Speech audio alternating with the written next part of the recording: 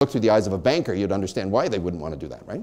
So when we did this big study, I walked back into his office and he said, "What'd you find?" And I said, "Well, you know Pareto's principle. You know, the 80-20 rule. You heard that one. 20% of the people do all the work and blah, blah, blah. You heard that." And I said, "The numbers are all wrong." He said, "Oh, what are the right numbers?" I said, 94.6. 94.6? What are you telling me? I said, "Here it comes." I said, "You're not going to like the sound of it, but here it comes. Only 6% of the agent population out there in North America, you know, Canada and the United States, both sides, can actually cold call on a daily basis to generate their activity. The other 94% cannot do it because of inhibition. They're inhibited to deal with strangers that way. 6% could knock the doors down. You know what I'm talking about. Assertive, positively aggressive approach this way, outwardly, right? Perhaps Mike Ferry style or Floyd Wickman style or Jerry Bresser style, whatever, depending on how you're trained, whereby you know, maybe you're phoning 2 or 3 hours a day ritualistically, standing, looking in the mirror, this type of thing. You know about that. Or the other side of the coin is you're door knocking until you've got karate knuckles over there, okay? In other words, you aggressively pursue the public. The other 94% could not do that. They've been raised, don't speak to strangers, don't speak when you're not spoken to. Little boys and girls are made to be seen and not heard. Baby boomers, weren't we? And if you stepped outside the circle, you got your butt kicked, didn't you? So it's not the most comfortable experience dealing on the phone, sometimes, is it? So the high majority of us in this business have a hard time with that. You know, we don't do it that way. So what we found was the 94% of the people made under $60,000 a year. Now you know what you earn, so you can fit yourself into the slot here, wherever you want. And this study ended in 1990, so the numbers have changed a bit since then. But the ones who could aggressively pursue the public, hunting, typically made over 125. Now, in the North American continent today, we actually have people making over $3 million a year, up to, say, a max of $6 million a year. So it's not as if the potential is not here. There are people that can do this. And they understand leverage, and they use it to their best advantage. But the average doesn't do this. So we have one small group who hunt voraciously and aggressively and pursue the public, and the 94% don't do it. So they hold open houses, right? And they put in advertising to get the public to come to them. See the difference? One group goes to the public, the other bunch has the public come to them. It's more passive by nature, and the earnings substantiate that. And so in this audience, like all audiences, doesn't matter where I go, we'd find that at least 90% of the people sitting in front of me are a little bit more passive by nature. Their earnings show it, and it's because they ultimately, from the standpoint of their own sense of inhibition, cannot cold call the public. And so inhibitions becomes a major consideration for us. If I'm going to recreate this company and make a new company, I have to deal with that directly because the industry doesn't seem to be dealing with it, and it needs to be fixed.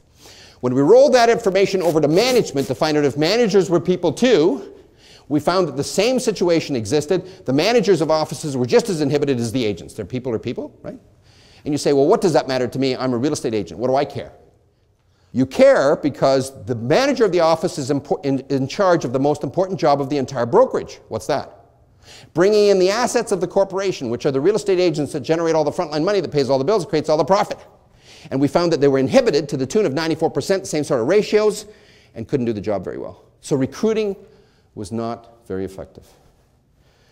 And sometimes a name is reinforced so well for as much as 100 years, and the name brings them in, okay? But when you look at the actual expertise of the manager running the show, from a hunting standpoint, they're not too good at it. And so that would have to be dealt with. We said, there's the problem. Let me ask a question. Why would you put one person in charge of the most important job in the brokerage? Why not put everybody in charge of it, if it's so important? And that became the question. And then the next question, how would you pay them? And then the answer, residually. I do have a system. I worked in a different industry. I know exactly how it works. We have to reach into another industry to get it, to put it in here. But there is such a system where you could actually have everybody benefit as a result of this, because the old system doesn't work. Not even the banks trust it. What you've got going on out there is the same old, same old. And you know very well, if you're working in that kind of environment, same old, every day, and your whole career is there. And yet, if you keep doing the same thing as what you've always done before, you'll keep getting what you've always got. So maybe it is time for a change. So when we look at this, we sit there and say, you know in your heart, mind, and soul whether or not it's good enough for you and whether or not it's doing what you thought it would do the day you came into the brokerage. You know, even from the standpoint of what they told you when you got out of training, passed the course and all the rest of it, you know, when there's 85% bylaws that you have to pass the test to get into this business and didn't teach you one stick of psychology. You know what I'm talking about, how good this industry is, how much they're really paying attention. Do you know that the problems in the business are not at the sales level? They're at the management level? That all the corrections that should have been made were at the management level because there's all kinds of eager beavers at the sales level that want to know the answers and there's nobody to pass them down. That's the problem. It's not being cured. So if we're going to revolutionize this whole business and change it around because it's our industry, why not give it a kick? You know, give it a try and see if we can do this. And what I'm going to explain to you now is how we've gone about this. And you road test it and see if it fits, see if it's any good. You'll know. You've been around long enough to see if what I'm saying makes good common sense. Let's do it. I said I was going to take that idea of residuals from the outside world and bring it in. Where do you bring it in? Well, I've just created some problems. See if we can attach it, okay? I said what we want to do is create a new opportunity for the real estate agents that's never been here before. Cure their lot. Fix the lot of the real estate agent, and you'll automatically cure the rest of it with this new idea. And we said, who better to put in charge of bringing in agents as you know, an outside job, a new source of cash flow, than the real estate agents. They're out there bumping shoulders with each other all the time, right? You're showing people's properties. You're in negotiation. You're talking to them on the phone. You're asking them about properties. You're communicating with them more than any manager would ever communicate with them. Who better? And we said, we did the numbers, and I spent 13 years working on this, so let's just say there's been thousands of hours hammering out the numbers. So we're not going to get into this discussion as to why I used the numbers I used, other than the fact to say this, that 2,400 lawyers and 4,000 accountants have already tried to rip this apart from top to bottom and couldn't find anything wrong with it. All over North America. We broke all the records in North America with regard to selling regional rights throughout the United States, and that was state rights. Sell the state rights, and then they sell the franchises. Put it across in 7.5 years. At RE/MAX, when I was there, it took us 17 years to get from Denver, Colorado, across to Boston. And then all the stuff in the Bible Belt failed. We went right across the entire United States in 7.5 years, sold the whole thing out. In fact, in 1 year, we sold 50% by population of all the regional rights at exit. So somebody has accepted this. Somebody's looked at it from upside down and backwards, and they were experts. So let's take a look at this and see what makes it work. Why does it work? And does it fit? Is it good for me?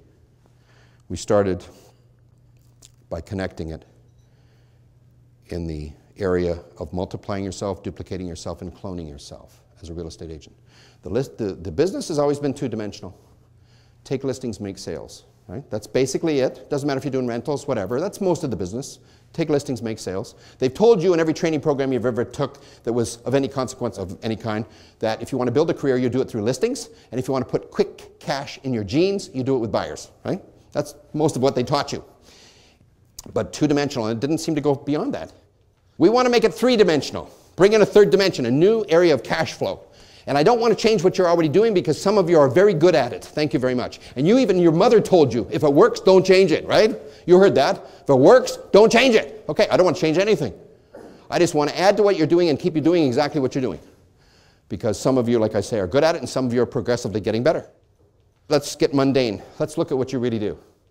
And this is, you know, the sublime to the ridiculous. Let's just look at this. Am I correct in saying, now just check this out, because this is pretty subtle, but it's really important. Am I correct in saying that for the most part, as a real estate agent to be successful out there, what you've really got to do is specialize in getting autographs? Is that true? Autographs. The law says they have to sign. The law says everything has to be in writing. You've got to get them to sign in the bottom line or you've got nothing. You could be the nicest person in the world, but if they don't sign in the bottom line, you got nothing, right? If they don't sign, you're nothing more than a social worker with a taxi cab driver license. Isn't that about it? Right? You got to get autographs or you aren't going to get paid. So autographs are all important. You got to get them to sign. That's what you really do for a living. Have you ever thought about that? Some of you in this room are very good at this. Some of you aren't. You know who you are. So what we're going to do is introduce a new path of autographs. That's all. You've been dealing with the public up to now. In the public, you know, from dealing with the public, hopefully you've paid your bills. Now I'm going to ask you this. Have you created abundance? You're supposed to be living abundantly. Every great book that's ever been written said that. Are you? Or are you just paying your bills? Or is it sometimes at the end of the month, you know, there's too much month left at the end of the money?